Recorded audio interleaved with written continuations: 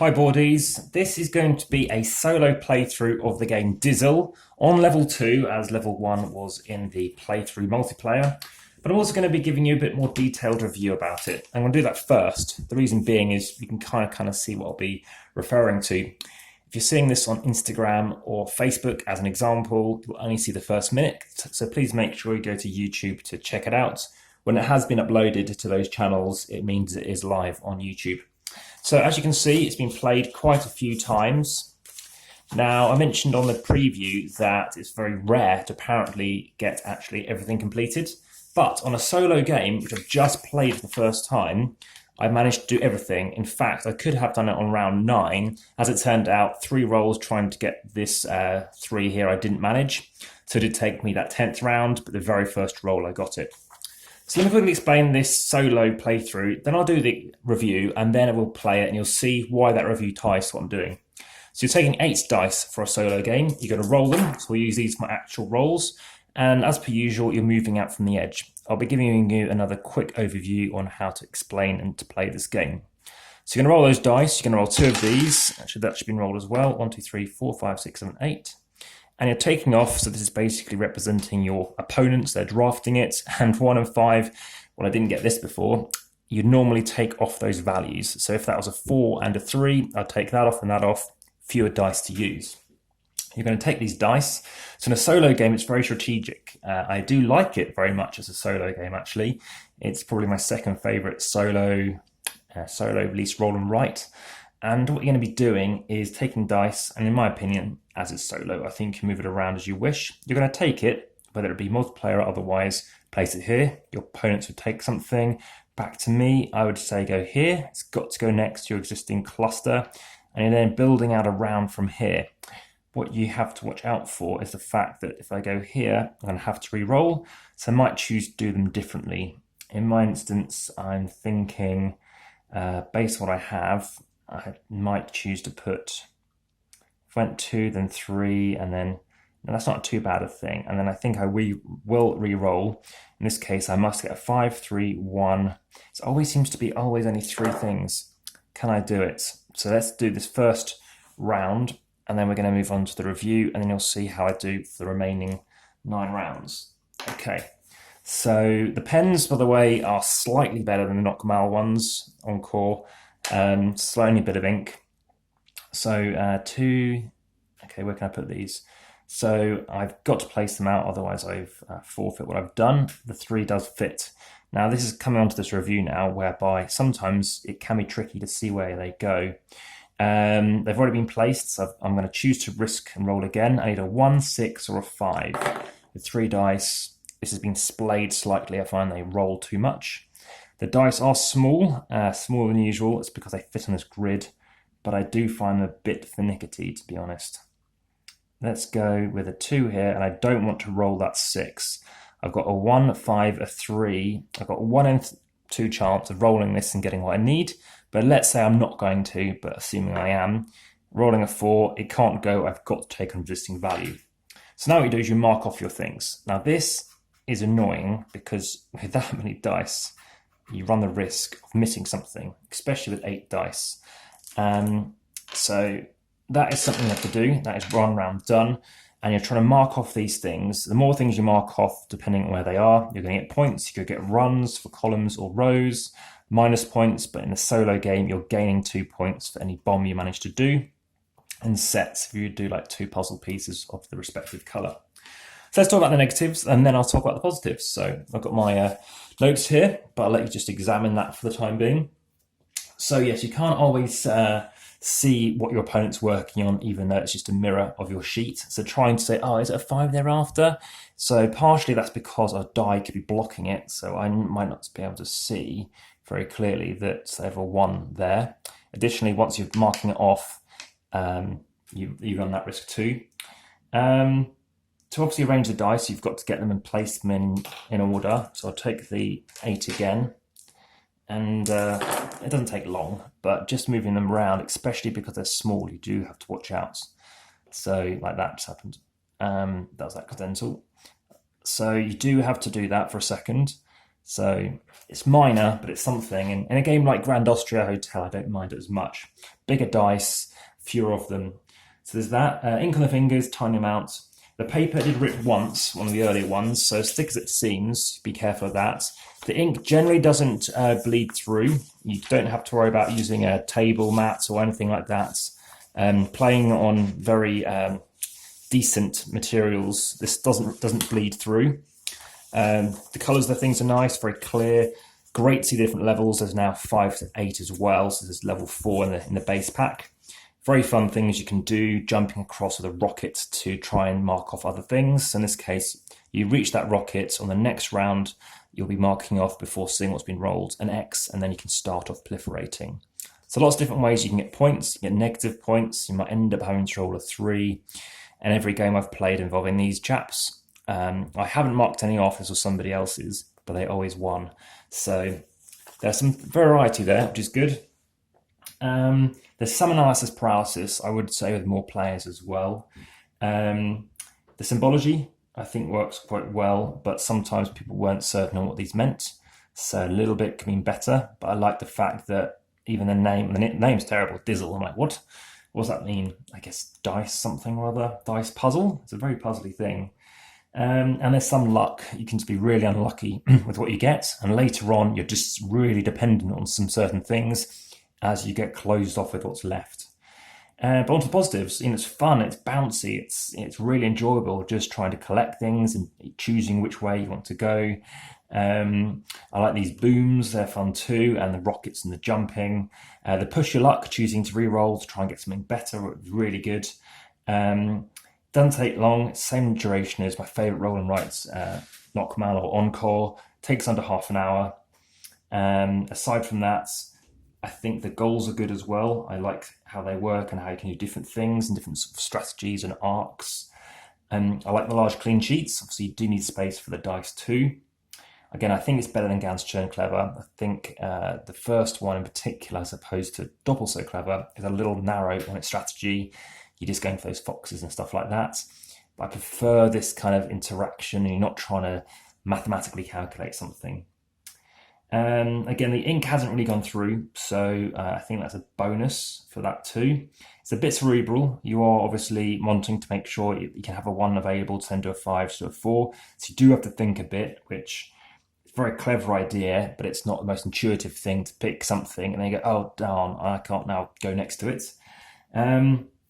And yeah, aside from that, I think it's remarkable how tight it can be as well, especially when you go somewhere and normally you're only ever surrounded by another, say, 2 or 3 things. So if I went here randomly, I've got a 4 and a that. So I only ever have 2 numbers, or most 3, I think.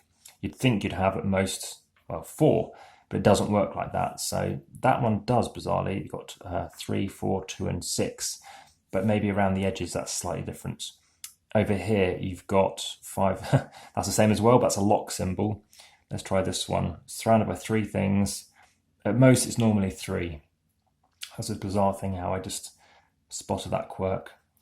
Aside from that, it's ease of development. It's all about that one extra opportunity about getting somewhere. Shall I go for unlocking something which doesn't give me anything, but gives me faster access to getting down to, 3 points, or faster access to then getting off 2 minus points for the opponent, especially to save them having to go like a long way around. So let's move on to round 2, and hopefully you'll find this of interest. And of course, hit the like button, shows me you're interested in this. And finally, subscribe if you haven't already to see more stuff. And lastly, check the comments, check the descriptions in case I missed anything. So I've actually got too many dice here because, let's just do it again. So round 2, away we go. And let's just move this up slightly. Round 2. So let's move it all across. Of the levels, I don't have a preference which one I prefer. Level 2 is the only one I've really won at the most. I haven't won at 3 or 4 yet. I'm not sure entirely why. Pushing your luck obviously too much, if you've seen the other playthrough, might explain it. At least for others. So I can't go over here too much. I should probably focus over here. But I've got this, and I've got a 4, and I've got a 3, and I've got a 2. I've got no more 4s, so I've now got to continue this direction. I've got a 6. I've got a 1. I've got a... Hang on, I've done it again. Sorry about this. I have not removed 2 dice. Let's just grab them all and hold 2 up. So these are the 2 that I need to remove. 5 and a 1 if they come up. I've got 1, 1. There we go. So we've got 2s. I've got loads of 2s, which could be a problem. Probably have to re-roll. There aren't too many 2s I find on this board either. Let's start with a 2. A 2. Oh dear, I really am struggling around the edge. I've got 2 here. I've got a 3. Got a 6. Don't have anything else. I'm going to roll. Hope to get a 4 or a 1 or a 5. Got a 5. Got a 1. The rest I cannot use presently. I need a 4, 5 or 6 from 2 dice. I'm going to 4, 5 or 6. I had a 1 as well. Didn't see that. And I'll go for it. Let's roll and risk. Nope, didn't do it, so I lose a value. And that one doesn't really do much for me. So then I mark off these guys.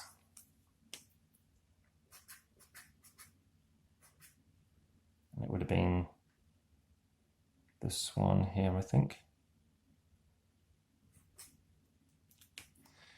Round 3. It's about 15 minutes, I find, of course, with me doing the explanation. Here's the 8, here are the 2 things. Let's hope another 1 and a 5. 1 and 5 go. Again, it might be harder to complete the grid on level 2. 3, 4, okay. 6, yeah. Okay, so now I definitely need to move over here. 5, 4, don't have 3, 6, 1,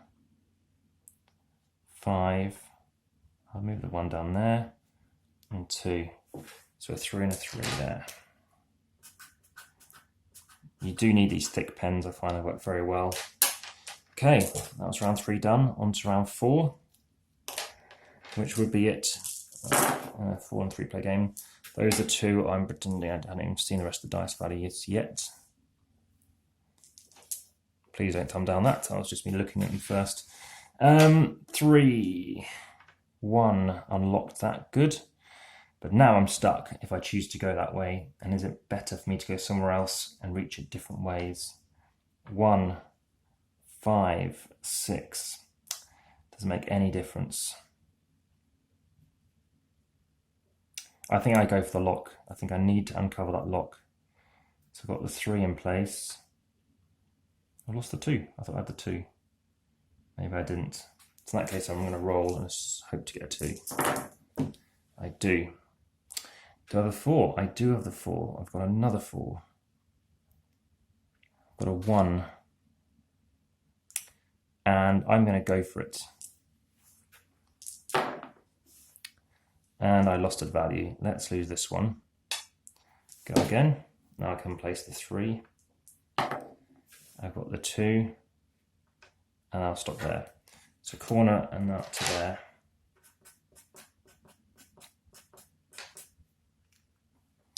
On to round 5.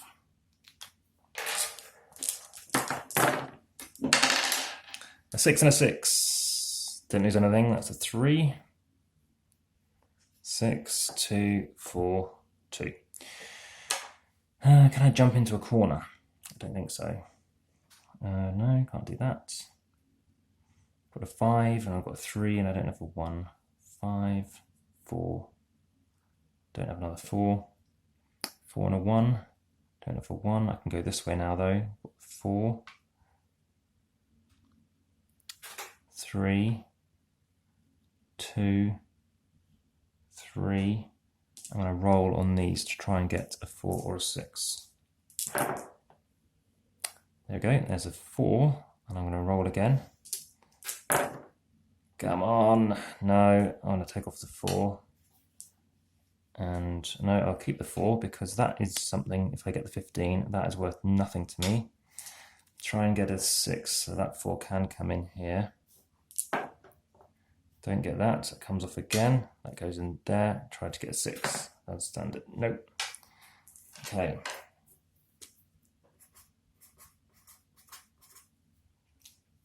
On to round 6. Yeah, halfway through. Oops, accidentally myself there. Even better luck with those. A 4 and a 3. Off they go. 6, 2, 3, and 1. 1 lets me jump anywhere I like. 6 let me jump anywhere I like. Could go for a 6 again, and I've got a 2, and then do a roll. Is that what I want to do though? Probably. I'm going to risk it. No, let's lose. Oh, sorry. I hadn't marked it off yet. It was the other way I went. Never mind, I don't think I'm going to get a very good score. Or I can assume it's there. So I lose a thing. Lose that one, go there, and then try and get the thing. There's the 5. Assuming I can use the reroll where I lost something to play something, which, as it's solo, would make sense. Round 7.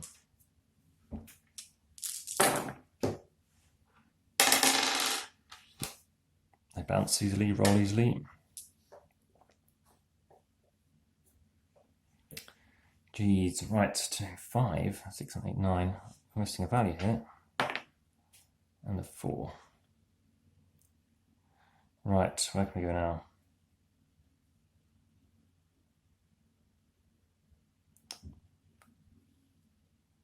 One, 3, doesn't help much. 5, 3, 4, 4, 5, and then I stop.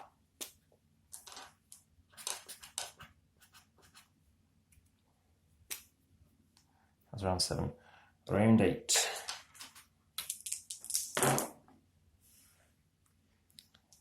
What do we roll? A 3 and a 1. There's a 3.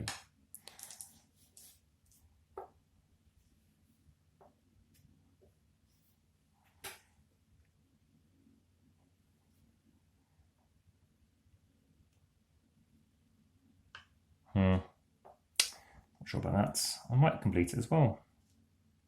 All this to go for though.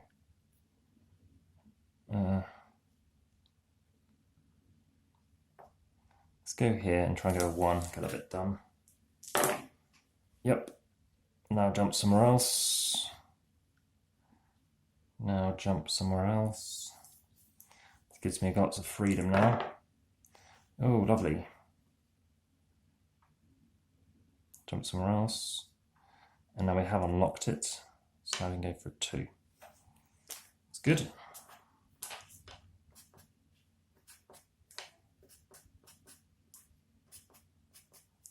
On to round 9. Again, it seems like in a solo game, scores are high. I don't think I'm doing a particularly good job otherwise.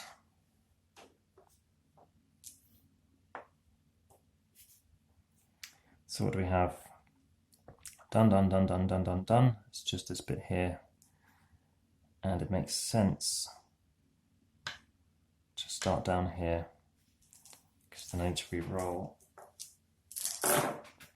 Does it get to the final bit though? Don't get a 3. Let's roll again. Just a 3 from 6 dice. No! Let's lose. I've got to lose this one. I can lose this one to gain that one. And roll again. Must get a 3. No. Lose that to gain that. Roll again. Got it. Now, 2 dice to get a thing. I'm going to pass and wait to the final round. Final round. Can I do it?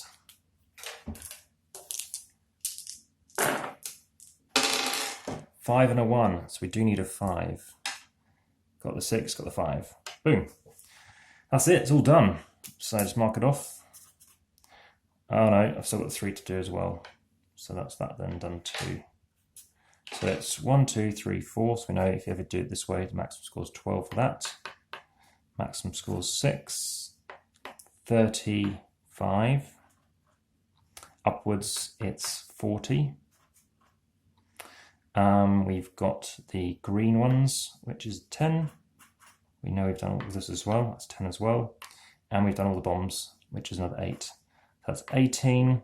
That's going to be 53, 93, 103, 113, 121, which is the most you can get. So hope you enjoyed that. That is basically Dixit level 2, not Dixit, Dizzle level 2 in the lavender colour. Nice kind of blotting they have here, this kind of dotting effect. Again, it can be difficult to kind of at times, not all the time, but 20% of the time, focus and spot those little pips underneath. But as I think of it, it's kind of like a 9.1 out of 10. I think it really does fit a lot of things. I mentioned a few negatives, but I haven't found a game to be spot on, the game.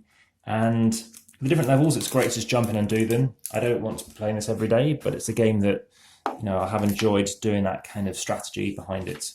So hope you enjoyed that. Thanks very much for watching and look forward to seeing you on the next one. Take care and bye-bye.